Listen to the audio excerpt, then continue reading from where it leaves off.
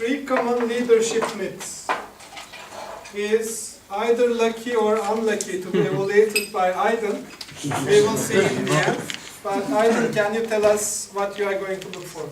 This is Aaron's fifth speech, which is all about body language. So we would normally expect him to have effective and smooth body language, which supports the ideas in his speech. But Aaron has asked me to evaluate this speech also just like an ordinary speech. So I will try to evaluate from all possible angles. It's a tough job, but I will persevere. So good luck.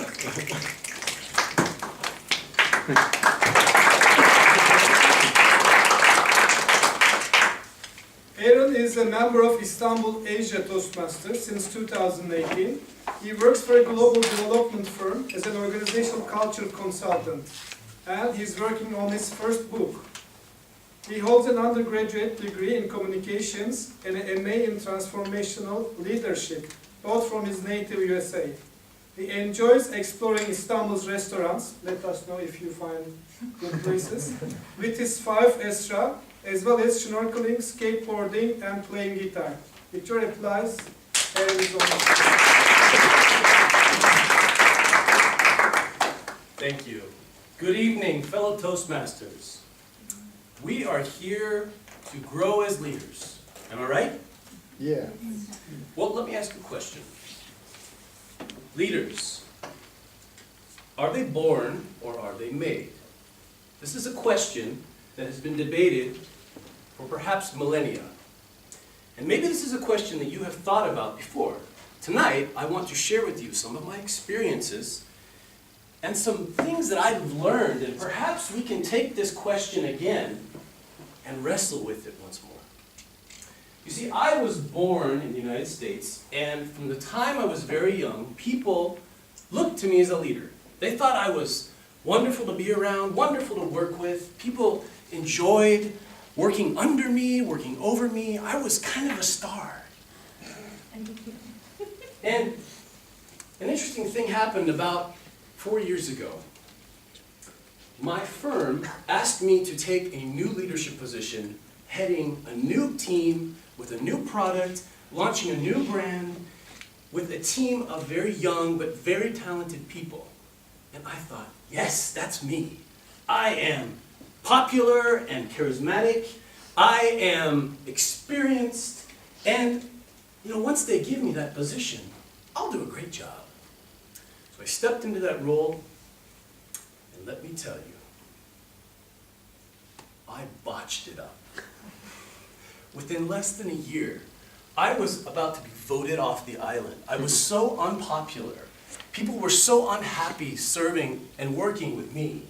And actually, one of our team members actually said, Aaron, I'd really just like if you would step aside and let me lead instead of you. My entire dreams and my entire conception about leadership came crashing to the ground. And I learned 3 important lessons from this experience, which I'd like to share with you tonight. 3 myths about leadership that we are commonly held and believed, but which my experience has really challenged. The first is the myth of charisma and personality. You see, we believe that a good leader is someone who's just kind of born with the right personality. They have that sparkling personality, that magnetism that draws others to them, and so that's what gives them their success. But that wasn't the case for me, was it? You see, real effectiveness in leadership is not about how popular you are, but really how strong you are inside. Are you able to withstand the ups and downs, the challenges that come and go? Those things that are so natural and normal to leaders. That was not my case. The first challenges that came, people were wilting around me. People were unhappy. And I was so concerned with them liking me, I lost my track of what it meant to be effective as a leader. That first myth of charisma and personality is dangerous. But the second myth is equally as seductive. And that is the myth of technical knowledge and experience. We think somehow that if we can just get a leader above us who's been there and done that before, who has all of the experience, and can just show us the way. That is a good leader. And I thought I was that person. I was the oldest on this team that I was working on. I was the oldest in our company, the most senior. But that didn't really matter because we were doing something new. We wanted to create something new. See, so this myth of leadership experience says that things in the past are important on the way to where we're going. But that's not the case. Especially if you're trying to do something new. If you want to innovate in your work, do something new. What we knew 5 years ago doesn't matter anymore. And I had these young people under me who were smarter than me. And so I failed as their leader. I was depending on my past experience to take them forward. There's a third myth as well. And that was the myth when I said, if I would just have the position of leadership, people would just follow me, and I would lead them into glory and success. But we all know, giving someone more power doesn't make them necessarily a good leader. Giving them a position doesn't make them a good leader. Instead, what they need is not to get above people, but to get underneath them. Isn't that right? In our teams, in our work, in our companies, in our jobs, in our schools, we need leaders who will come under us, make us stronger. Not people who just sit up top and tell us what to do. And that's the way I tried to lead. I said, listen, guys, you guys are young. I've been around the block. I know what I'm doing. Just listen to me.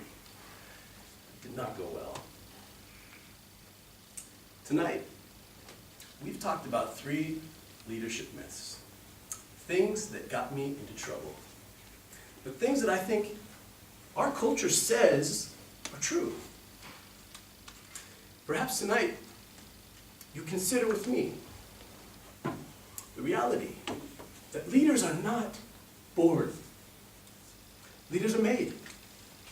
And I congratulate each of you here tonight because you are here to be made a leader.